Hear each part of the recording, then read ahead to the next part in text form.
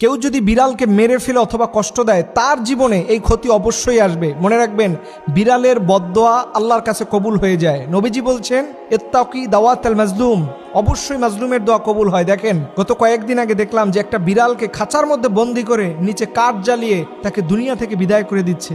বিড়ালটার কি আর্তনাদ! এই ভিডিওটা যারা দেখেছে প্রত্যেকটা মানুষের হৃদয়ের মধ্যে এত ব্যথিত হয়েছে যে মানুষ এতটা কঠিন হৃদয়ের হয় কেমন করে। আপনারা দেখেছেন এই ভিডিওটা? আমি বলি, বিড়ালকে আপনি যেইভাবে কষ্ট দিবেন ঠিক ওইভাবেই সে আল্লাহর কাছে বদদোয়া করতে থাকবে।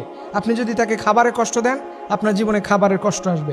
আপনি যদি বিড়ালের গায়ে হাত তুলেন, আপনার গায়ে কেউ না কেউ হাত তুলবে। আপনি বিড়ালের সাথে যেই আচরণটাই করবেন এইভাবে হবে। বিড়াল সবসময় মানুষের বাড়িতে থাকে এবং এই মানুষেরাই বিড়ালের প্রতি সবচেয়ে বেশি জুলুম করে। এই বিড়াল যে আমাদের কত উপকার করে আপনি নিজেও জানেন না। নবীজি যেই পাত্রের পানি দিয়ে অজু করতেন সেই পাত্র থেকে বিড়ালকে খাওয়াতেন, আবার ওই পাত্রের যতটুকু অবশিষ্ট পানি থাকতো সেটা দিয়ে রসুল নিজে অজু করে নিতেন। সুবহানাল্লাহি বিহামদি। এবং এই বিড়াল যদি কারো ঘরে থাকে, মনে রাখবেন, 1 নাম্বার উপকার হয় কি জানেন?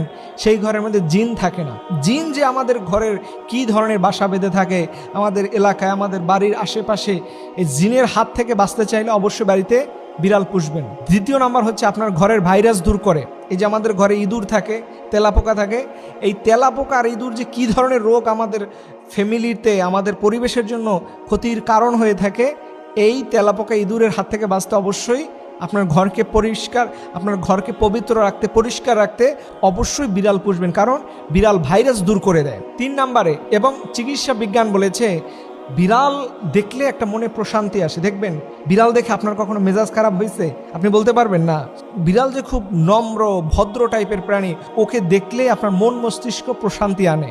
এর জন্য বিড়ালের প্রতি কখনো দুর্ব্যবহার করতে যাবেন না, বিড়ালকে কখনো তুচ্ছ করতে যাবেন না।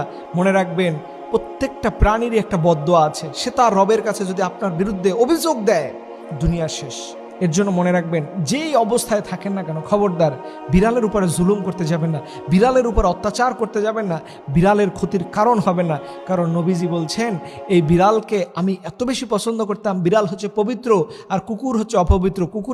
কুকুরের মুখ দেয়া খাবার আপনি খেতে পারবেন না, কিন্তু বিড়াল যদি কোনো খাবারে মুখ দেয় সেই খাবার খেতে পারবেন। তবে সতর্ক থাকতে হবে, বিড়ালের পশম, বিড়ালকে গোসল করাবেন, পবিত্র রাখবেন, তাকে পরিষ্কার পরিচ্ছন্ন রাখবেন, তাতে করে সে রোগ জীবাণু মুক্ত হবে। কারণ প্রত্যেকটা প্রাণীর গায়ে, এই যে মানুষ, আমরা যদি 2 দিন 3 দিন গোসল না করি আমাদের গায়ে থেকে গন্ধ আসে, ঠিক এরকম প্রাণীকেও গোসল করাবেন। যারা বিড়ালকে পুষবেন বাড়িতে গোসল করাবেন, ডাক্তারদের থেকে ভ্যাকসিন নেবেন, কারণ বিড়ালের আসরেও এখন সমস্যা দেখা দিচ্ছে।